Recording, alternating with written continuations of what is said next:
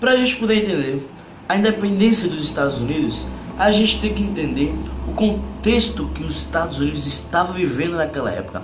A gente tem que entender o porquê que aquelas 13 colônias se uniram para buscar a sua própria independência.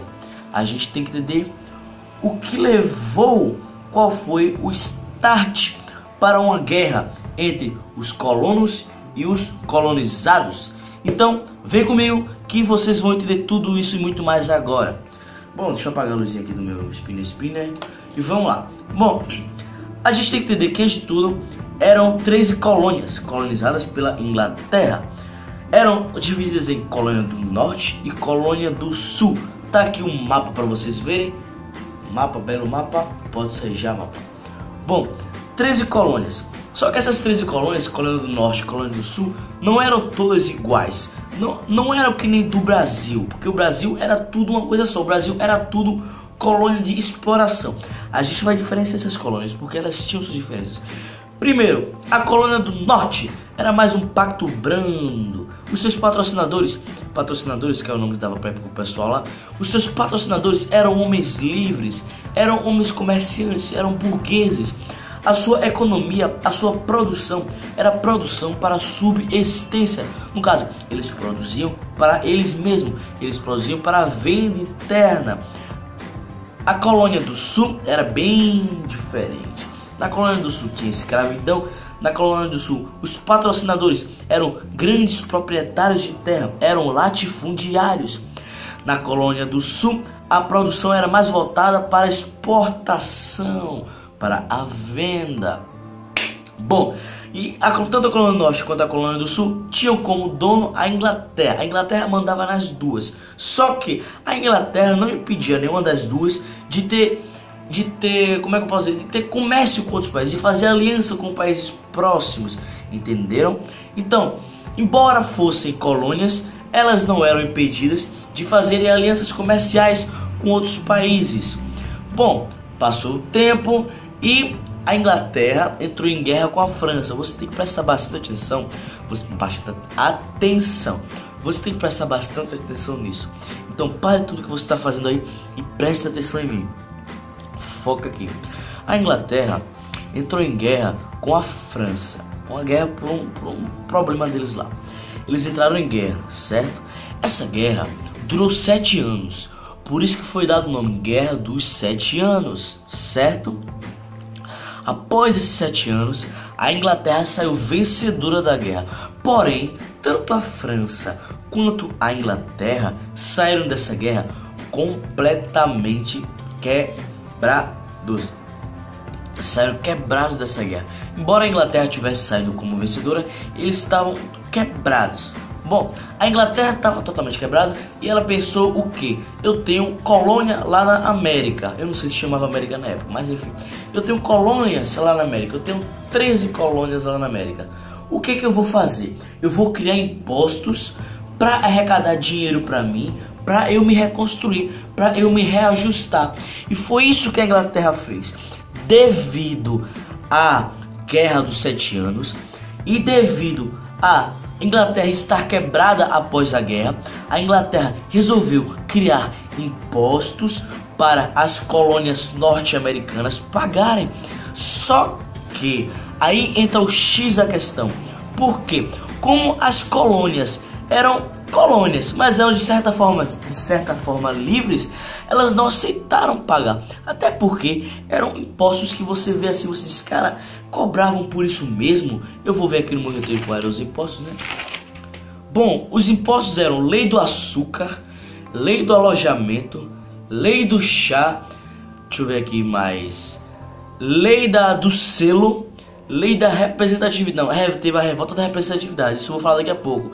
Enfim, lei do açúcar, lei do chá, lei do selo, lei do alojamento. Então isso eram algumas leis que a Inglaterra impôs às colônias. E pelo fato das colônias não quererem cumprir as leis, pelo fato dessas colônias não quererem pagar esses impostos, isso gerou um sentimento de raiva neles, nos ingleses e nos americanos também. Gerou um sentimento de raiva nos dois.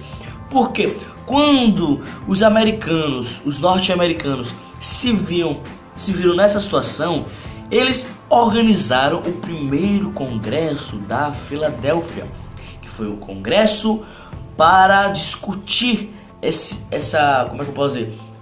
Essa independência deles. Bom, começou a guerra entre a Alemanha, começou a guerra entre os Estados Unidos e a Inglaterra. Agora pense comigo, 13 colônias com homens que não tinham experiência de guerra, homens livres, contra a Inglaterra. Porque a Inglaterra, cara, a Inglaterra era a Inglaterra. Então pense comigo, eles não tinham, os colonizados, no caso, norte-americanos, não tinham a mínima condição de vencer a Inglaterra. Não tinham a mínima condição de vencer a Inglaterra. Então, vendo essa situação toda ocorrer, foi quando França, Holanda, mais dois países. Eu sei que alguns países se juntaram com os norte-americanos, França, Holanda e mais alguns países que eu não lembro agora. França, Holanda e esses outros países para derrotar a Inglaterra e assim conseguir a independência dos Estados Unidos, certo? Deixa eu fazer um resumo aqui para vocês, bem rápido de tudo. A Inglaterra foi para a Guerra dos 7 Anos.